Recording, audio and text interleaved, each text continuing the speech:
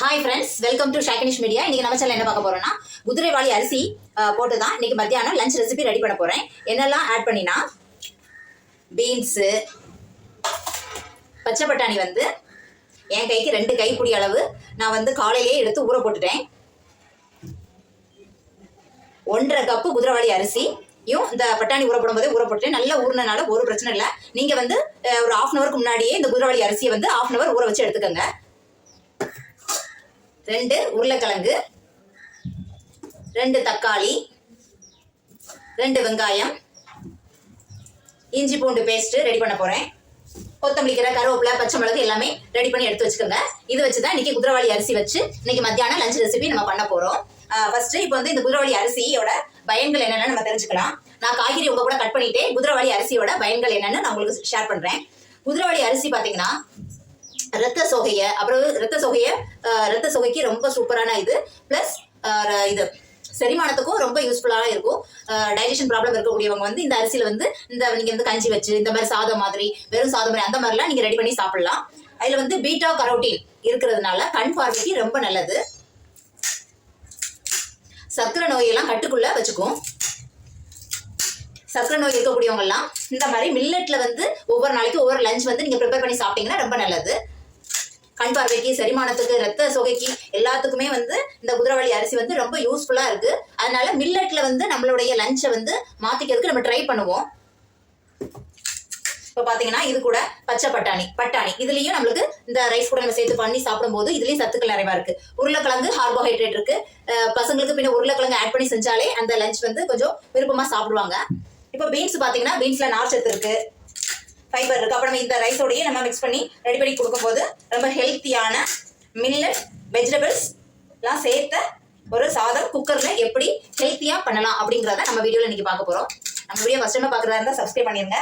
இந்த மாதிரி மில்லட்ல ஒவ்வொரு நாளைக்கும் ஒவ்வொரு சாதம் எப்படி பண்ணலாங்கிறதா நம்ம வீடியோல ரெகுலரா வீடியோஸ் வரும். நம்ம சேனல்ல வந்து கடி ஜோக் வீடியோ எல்லாம் போட்டுட்டு இருக்கோம். எப்படி இருக்குன்னு பார்த்துட்டு சொல்லுங்க கமெண்ட்ல. நீங்க அதுக்கு ரிப்ளை பண்ணாதான் சரி உங்களுக்கு எல்லாம் பிடிச்சிருக்கா என்ன அப்படின்னு சொல்லிட்டு கண்டினியூ பண்ணலாமா அப்படின்னு எனக்கு ஒரு ஐடியா கிடைக்கும். மெயினா இந்த ஹெல்த்தி பேட்டர்னுக்குள்ள லைஃப் ஸ்டைலுக்குள்ள மாறதுக்குள்ள மோட்டிவேஷன் மாதிரி இந்த மாதிரி ஒவ்வொரு விதமா நம்ம என்ன மாதிரிலாம் ஹெல்த்தியா வந்து நம்மளுடைய ஃபுட்டை வந்து சேஞ்ச் பண்ணிக்கலாம் அப்படிங்கிறது ரெகுலரா வரும்.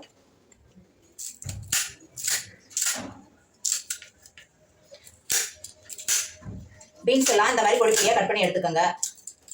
நான் இதை வச்சுதான் இந்த பீன்ஸ், வெண்டைக்காய், அவரைக்காய், கேரட், இந்த மாதிரி மாங்காய், இந்த மாதிரிலாம் பொடியா மாங்காய் பூசு வைக்கிறதுக்கு மாங்காய் அந்த மாதிரிலாம் பண்றதுக்கு என்ன பாருங்க, இதை வச்சு நம்ம கட் பண்ணும்போது ஃபாஸ்டாவும் கட் பண்ணி முடிச்சிடலாம். இந்த மாதிரி பொடியா ஒரே ஷேப்லயும் நம்ம கட் பண்ணி எடுத்துடலாம். அதுக்காக தான் இதை வச்சு நான் கட் பண்றது. டக்குன்னு 4 பீன்ஸ், 4 வெண்டைக்காய், 4 ஸ்லைஸ் வந்து கேரட்டை நீளமா கட் பண்ணிட்டு 4 அப்படி வச்சு டக்குன்னு கட் பண்ணி இந்த மாதிரி எடுத்துடலாம். இப்போ நம்ம இந்த உருளைக்கிழங்கையும் கிளீன் பண்ணி எடுத்து இதெல்லாம் கட் பண்ணிட்டு நான் உங்க கூட கண்டினியூ பண்றேன். எல்லா வெஜிடபிள்ஸையுமே நான் கட் பண்ணி எடுத்துட்டேன்.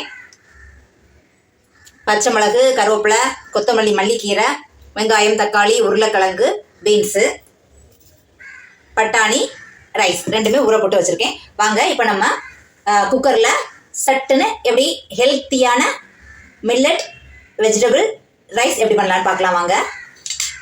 நேற்று ஊர்ல இருந்து ஒருத்தங்க கால் பண்ணியிருக்கும் போது அவங்க மயக்கம் போட்டு கீழே விழுந்துட்டாங்களாம். ஹாஸ்பிட்டல் கொண்டு போயிட்டாங்க, அவ்வளோதான் முடிஞ்சு போச்சு அப்படின்னு சொன்னாங்க. கடைசி ஹாஸ்பிட்டல்ல போய் அவங்கள காப்பாத்திட்டாங்க. கடைசி வீட்டில் வந்து பார்க்கும்போது அவங்க ஊர்ல இருந்து ஃபோன்லாம் வந்து எங்களுக்கு சொல்லும்போது அவங்களுக்கு வயசு எத்தனை அப்படின்னு பார்த்தாச்சுன்னா 95 வயசாம்.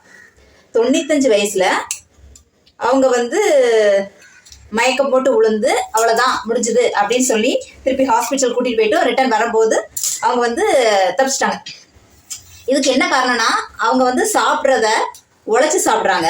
உழைச்சு மீன்ஸ் உழைப்புங்கிறத வந்து வேலை செஞ்சு, நம்ம மிந்தி வந்து வாஷிங் மிஷின் கிடையாது, மிக்சி கிடையாது, கிரைண்டர் கிடையாது, எதுவுமே கிடையாது, எல்லாமே வந்து அவங்க செஞ்சு சாப்பிட்றாங்கன்னா அப்போ உழைச்சு அதுக்கு எல்லாமே உழைப்பு கொடுத்து அந்த சாப்பாடையும் அவங்க சாப்பிடும்போது ரைஸ் அதிகமாக சாப்பிடும்போது அந்த கார்போஹைட்ரேட் வந்து அவங்களுக்கு வந்து ஈக்குவல் ஆயிடுச்சு. இன்னைக்கு வரைக்கும் 95 வயசுலயும் அவங்க தான் சமையல் பண்ணி அவங்களே தான் சாப்பிட்றாங்க. ஒரு மனுஷன் வந்து இப்போ நல்லா இருக்கணும், நீ நல்லா இருக்கணும் அப்படின்னு சொல்லது வந்து பசங்க கிட்டேயே நம்ம என்ன சொல்லி கொடுக்குறோம்னா, நல்லா படி, நல்ல வேலைக்கு போகலாம், நீ வந்து ஐடியில் வேலை பார்க்கலாம், இவ்வளோ சம்பாதிக்கலாம், உட்காந்து சம்பாதிக்கலாம், இப்படி தான் நம்ம பேரண்ட்ஸே நம்ம சொல்லிக் கொடுப்போம். நம்ம பிள்ளைகள் என்ன எதுக்கு நல்லா இருக்கும்னு நினைக்கிறோம்? நல்லபடியாக சாப்பிட்டு எடுத்து சிரிச்சு சந்தோஷமா இருக்கணும். அப்போ அளவோடி சம்பாதிக்கிறதுக்கு தான் நம்ம கற்றுக் கொடுக்கணும். நீ நல்ல ஃபுட் ஹேபிட்டை வந்து நீ சாப்பிட்றியா அப்படிங்கிறத தான் நம்ம கற்றுக் கொடுக்கணும். முதல்ல நீ நல்லா படிக்கணும் நல்லா படிக்கணும் நல்லா படிக்கணும்னு சொல்லி இப்போ எல்லா பேரண்ட்ஸும் எங்க அளவுக்கு அதிகமாக ஃபீஸ் இருக்கோ அந்த ஸ்கூல்ல சேர்த்து அந்த பணத்தை வேஸ்ட் பண்றாங்களே தவிர்த்து இந்த மாதிரி ஐட்டங்கள் வாங்கி நம்ம ஒவ்வொரு ஃபுட்டையும் சேஞ்ச் பண்ணி இது என்னது, இதுல என்ன சத்து இருக்கு, இதுல என்ன சத்து இருக்கு, இது நமக்கு முன்னோர்கள் எல்லாரையும் எடுத்து பாருங்க, எல்லாருமே குறைஞ்சது எனக்கு தெரிஞ்சு குறைஞ்சது வந்து 75 வயசுக்கு மேல, 80 வயசுக்கு மேல, 90 வயசுக்கு மேல, இப்ப நான் சொல்லக்கூடியவங்க எல்லாம் வந்து 90 வயசுக்கு மேல, 95 வயசு, அவங்களோட அண்ணன் தம்பி எல்லாருமே இருக்காங்க. இதுக்கும் இவ்வளவுக்கும் அவங்க அண்ணன் தம்பில வந்து ஹார்ட் அட்டாக் போயிட்டு வெளியே வந்து இன்னும் அவங்க வந்து நடமாடக்கூடிய நிலைமையில இருக்காங்கன்னா இவங்களுக்கே 95 வயசுனா அவங்க அண்ணனுக்கு எத்தனை வயசு இருக்கும்?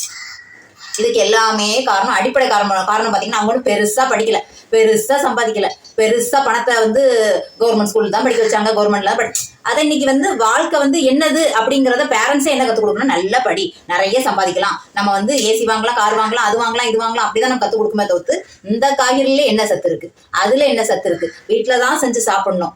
ஒரு செலிப்ரேஷன் பண்றியா, கேக் கட் பண்ணணும்னு ஏன் நீங்க சொல்லி கொடுக்கீங்க? ஃபர்ஸ்ட் அந்த கேக்கை வீட்டுல செய்யறதுக்கு பாருங்க. இல்ல அது கேக் கட் பண்ணாதான் அது ஃபங்க்ஷனா? மிந்தி வந்து இனிப்புக்குள்ளது ஏதாவது ஒன்று சிம்பிளா அந்த மாதிரி தானே பண்ணியிருப்பாங்க. யோசிச்சு பாருங்க. அப்போ வந்து வாழ்க்கையில வந்து வாழ்நாள் அதிகரிக்கிறதுக்கு என்ன பண்ணணும்னு பசங்களுக்கு நம்ம கற்றுக் கொடுக்கணுமா? இல்லை வந்து ஹெல்த்தியா என்ன சாப்பாட்டுல என்னென்ன ஹெல்த் இருக்குங்கிறத கற்றுக் கொடுக்கணுமா? இல்லை நீ ஐடியில் வேலை பார்க்கணும், அது இந்த ஸ்கூல்ல படிச்சாதான் ஐடியில் வேலை பார்க்க முடியும். அதை நம்ம கற்றுக் கொடுக்க அவங்க உட்காந்து வேலை பார்க்குறாங்க. Washing machine, AC, mixie, grinder, அப்புறம் காரு, நடக்கிறது கிடையாது, எதுவுமே இல்லாம 40 வயசுக்கு மேல எல்லாரும் டக்குன்னு போயிடுறாங்க. குறைஞ்ச 60 வயசுக்கு மேல இருக்கிறதே இப்ப பெரிய விஷயமா ஆயிப்போச்சு. ரோபோ சங்கர் இப்ப 46 வயசுல ரோபோ சங்கர் இருந்திருக்காராம்.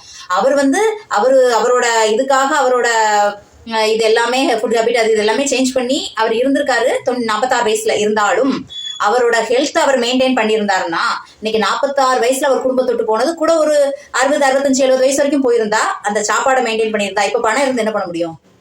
5 பைசாக்கு பிரச்சனை கிடையாது. கூட அந்த 20 வருஷம் உன் ஃபேமிலியோட இருந்தேன்னா அதுதாங்க சந்தோஷம். சரி, இப்ப நம்ம கண்ணி பண்ணுவோம். எப்படி இந்த மில்லட் ரைஸ் பண்ணலாம் அப்படிங்கறத கண்ணி பண்ணலாம். இஞ்சி பூண்டு பேஸ்ட்டு, காரத்துக்கு வந்து மிளகாய் தூள், மஞ்சள் பொடி, சிக்கன் மசாலா, உப்பு, இதெல்லாம் தாங்க, பச்சை மிளகு, பட்டை, சோம்பு, கிராம்பு, நட்சத்திரப்பூ, பட்டாணி, இது ரைஸு, இவ்வளோ தாங்க நான் ரெடி பண்ணி வச்சுருக்கேன். இப்போ நம்ம குக்கர் வச்சுக்கலாம். குக்கரில் ஒரு 3 ஸ்பூன் பண்ணியாச்சு. இப்போ நம்ம எடுத்து வச்சுருந்த பட்டை, சோம்பு, கிராம்பு எல்லாத்தையுமே ஆட் பண்ணிக்கலாம். 2 பச்சை மிளகு, கருவேப்பிலை, வெங்காயம் இவ்வளோத்தையும் போட்டு நல்லா நல்லா வதக்கி எடுத்துக்கலாம்.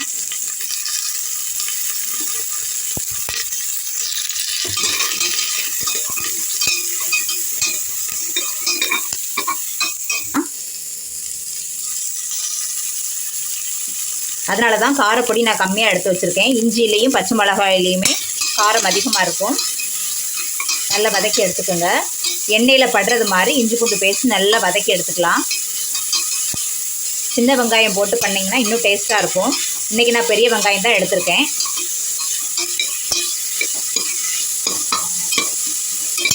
தக்காளி ஆட் பண்ணிக்கலாம்.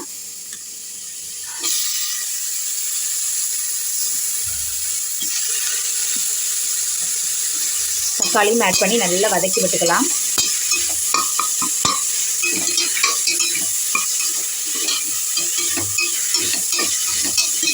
வச்சுருந்தா இப்போ இந்த வெஜிடபிள்ஸ் கேரட்டையும் உருளைக்கிழங்கையும் பீன்ஸையும் ஆட் பண்ணிக்கலாம்.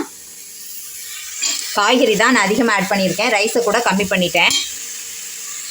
இன்றைக்கி என்கிட்ட இருந்த காய்கறியில் வெங்காயம், தக்காளி, பீன்ஸு, உருளைக்கிழங்கு ஆட் பண்ணியிருக்கேன். பீன்ஸும் உருளைக்கிழங்கு அதிகமாகவே தான் ஆட் பண்ணியிருக்கேன். ரைஸ் பார்த்திங்கன்னா கொஞ்சம் கம்மியாக தான் எடுத்திருக்கேன். காய்கறியை நல்லா எண்ணெயில் பிரட்டி எடுத்துக்கலாம்.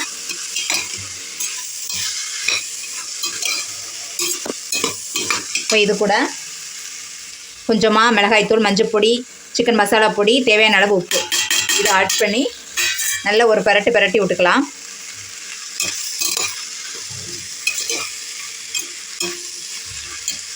நம்ம நம்ம ஊற போட்டு எடுத்து வச்சுருந்த பட்டாணியும் இது கூட ஆட் பண்ணிக்கலாம்.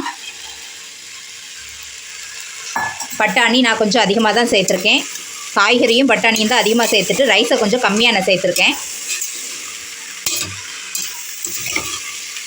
இது 4 to 5 பேர் சாப்பிட்லாம். 5 பேருக்கு நான் சேர்த்து பண்ணுறேன். இது காரப்பொடி நான் கம்மியாக தான் சேர்த்துருக்கேன். ஏன்னா நம்ம பச்சை மிளகு இஞ்சிலாம் சேர்த்துருக்கோம், அதுலேயே காரம் இருக்கும். இப்போ நம்ம ஊற போட்டு வச்சுருந்த குதிரைவாலி அரிசியும் ஆட் பண்ணிடலாம்.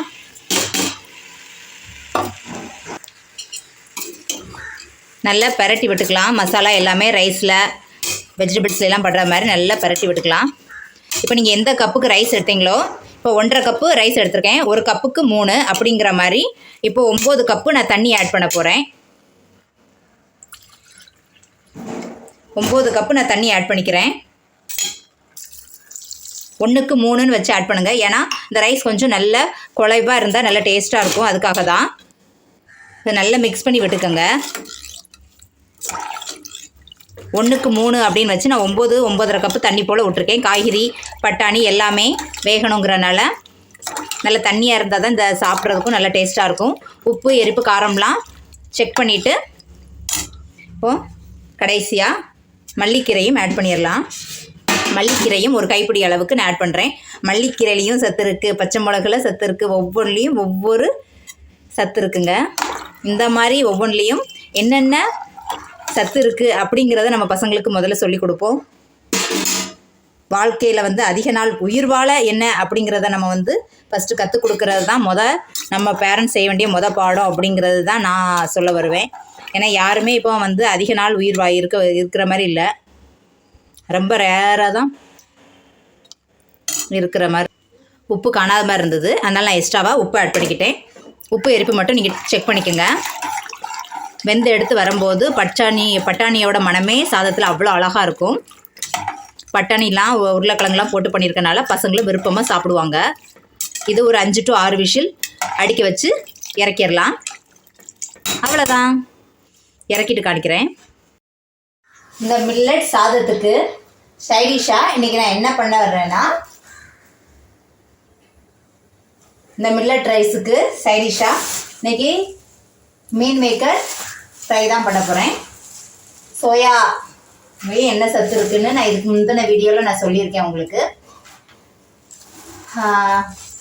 இதில் வந்து நான்வெஜ் அதிகமாக எடுக்காதவங்க இதில் புரத சத்து அதிகமாக இருக்கிறதுனால வாரத்தில் 2 டைம்ஸ் எடுத்துக்கலாம். 2-3 டைம்ஸ் எடுத்தாலும் ப்ராப்ளம் இல்லை. புரத சத்து அதிகமாக இருக்கக்கூடிய சோயாபீன்ஸை வந்து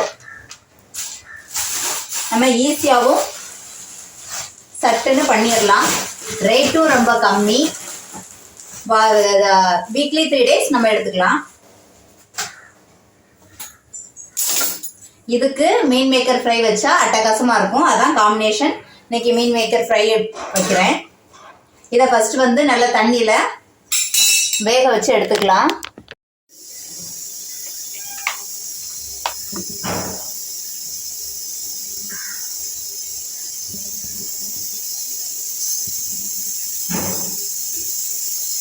எண்ணெய் ஆட் பண்ணிக்கலாம்.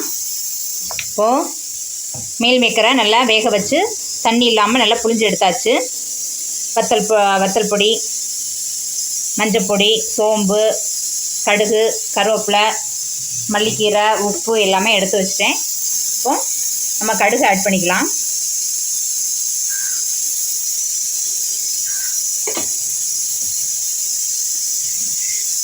கடுகு, கருவேப்பிலை, கடுகு பொட்டினப்போ கருவேப்பிலை ஆட் பண்ணிக்கோங்க.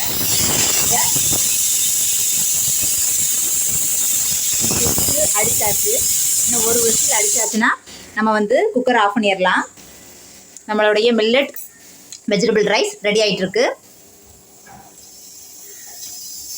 கொட்டிடுச்சு. இப்போ நம்ம கருவேப்பிலை ஆட் பண்ணிடலாம். கருவேப்பிலை, கொஞ்சமாக சோம்பு ஆட் பண்ணிக்கோங்க. சோம்பு வந்து நம்ம ஃபுட்டில் வந்து டெய்லியுமே எடுத்துக்கணும். சோம்பு தண்ணி குடிக்கிறதே கல்யாண வீட்லையெல்லாம் முந்தி சோம்பு தண்ணி தான் வைப்பாங்க. இப்போ நம்ம சோம்பு தண்ணிலாம் குடிக்கிறதே இல்லை, கல்யாண வீட்லேயும் வைக்கிறதே இல்லை. மீன் மேக்கரை ஆட் பண்ணிக்கலாம். நைட்டுக்கும் சேர்த்து தான் பண்ணுறேன் நான் சைட் டிஷ்ஷு.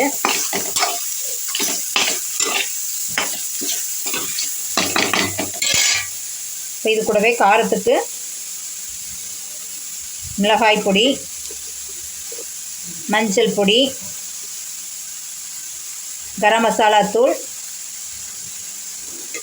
சிக்கன் மசாலா பொடி, தேவையான அளவு உப்பு நீங்கள் பார்த்துட்டு டேஸ்ட் பார்த்துட்டு ஆட் பண்ணிக்கோங்க. கொஞ்சமாக நான் கார்ன்ஃப்ளவர் மாவு ஆட் பண்ணிப்பேன். நம்ம ஆட் பண்ணக்கூடிய மசாலா வந்து மீன் மேக்கரில் நல்லா தூவி ஆட் பண்ணுங்கள். எல்லா மீன் மேக்கர்லேயும் பண்ணுறது மாதிரி சோள மாவு ஆட் பண்ணிக்கலாம். இப்போ எல்லாத்தையும் நம்ம நல்லா மிக்ஸ் பண்ணி விட்டுக்கலாம். அவ்வளோதான். இன்னும் ஒரு 5 நிமிஷம் போல் இது அடுப்பில் கடந்தால் போதும். சிம்மில் வச்சுருந்தீங்கனாலும் சரி, ஹையில் வச்சுருந்தாலும் கொஞ்ச நேரம் ஒரு 2 நிமிஷம் 3 நிமிஷம் சூடு ஏறினால போதும். நம்மளுடைய ஹெல்த்தியான soya meal maker fry ready ஆயிடுச்சு. இந்த வெஜிடபிள் ரைஸுக்கு அட்டகாசமாக இருக்கும்.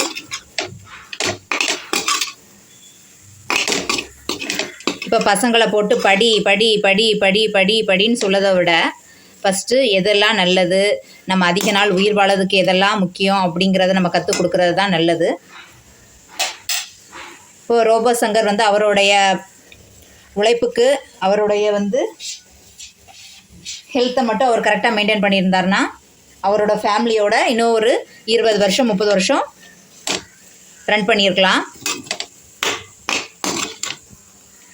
அதனால் பசங்களை போட்டு அதைப்படி இதைப்படி இதைப்படி அதைப்படி கண்ணே போனாலும் பரவாயில்ல, இதை படித்து முடிச்சுட்டு படிக்கணும் அப்படிங்கிறத விட நல்ல ஹெல்த்தான ஃபுட்டு எது, அதை சாப்பிட்றதுக்கு டைமிங்கு, அதை பற்றி பேசுகிறதுக்குள்ள டைமிங்கை தான் நம்ம பேரண்ட்ஸாக இருந்து அதிகமாக நம்ம கற்றுக் கொடுக்கணும். வாழ்க்கையில் வந்து அதிக நாள் உயிர் வாழறதுக்கு அளவான சம்பளம் இதில் எப்படி நம்ம வந்து வாழ்க்கையை ரன் பண்ணலாம், குறைவான சம்பளத்துலையும் எப்படி ஹெல்த்தியாக சாப்பிட்லாம் அப்படிங்கிறத நம்ம பசங்களுக்கு கற்றுக் கொடுக்கணும். முதல்ல படிப்பு படிப்பு படிப்பு படிப்புன்னு நிறைய பேர் சாப்பாடை வந்து மிஸ் பண்ணிகிட்டே இருக்காங்க. வேலை வேலை வேலை வேலை வேலை, அதிக சம்பளம் சம்பளம் சம்பளம், இதை மட்டும்தான் அவங்க மைண்டில் இருக்க தவிர்த்து அவங்க வாழ்நாள் வந்து ஒவ்வொரு நாளாக குறைஞ்சிட்டே இருக்குது அப்படிங்கிறத அவங்க மறந்துக்கிட்டே அவங்க ஃபேமிலியோட பணம் சம்பாதிக்கிறதுல தான் நம்ம சந்தோஷம் அப்படிங்கிறதுல ரன் பண்ணி போயிட்டுருக்காங்க. எடுத்துக்காட்டு, இப்போ வந்து எல்லாருக்கும் தெரிஞ்ச ஒரு ஆளை பற்றி நம்ம ரோபோ சங்கர் அப்படின்னு சொல்லும்போது எல்லாருக்கும் அது வந்து புரியும் அப்படிங்கிறதுக்காக தான் அவருடைய பேரை நான் யூஸ் பண்ணி சொல்கிறேன். எனக்கு தெரிஞ்சு நிறைய வயசானவங்கள்லாம் இவங்க என் ஹஸ்பண்டோட ஊரில் வந்து 95 வயசு அப்படிலாம் சொல்லும்போது எப்படிப்பா அப்படிங்கிற மாதிரி எனக்கு ஆச்சரியமாக அதெல்லாம் பற்றி யோசிக்கிறதுக்கு எனக்கு ரொம்ப தோணும். நம்ம பொழப்புக்காக வந்திருக்கோம், அதனால் நம்ம வந்துங்கிறத விட அளவான சம்பளத்தை சம்பாதிக்கிறதுக்கு அப்படி ஜம்முன்னு சூப்பராக குதிரைவாளி வெஜிடபிள் ரைஸ் ரெடி ஆயிடுச்சு. இன்றைக்கி சைடிஷாக வந்து மீன் மேக்கர் ஃப்ரை தான். இன்னும் கொஞ்சம் நேரம் ஆக ஆக இது நல்லாவே கட்டி ஆயிரும்.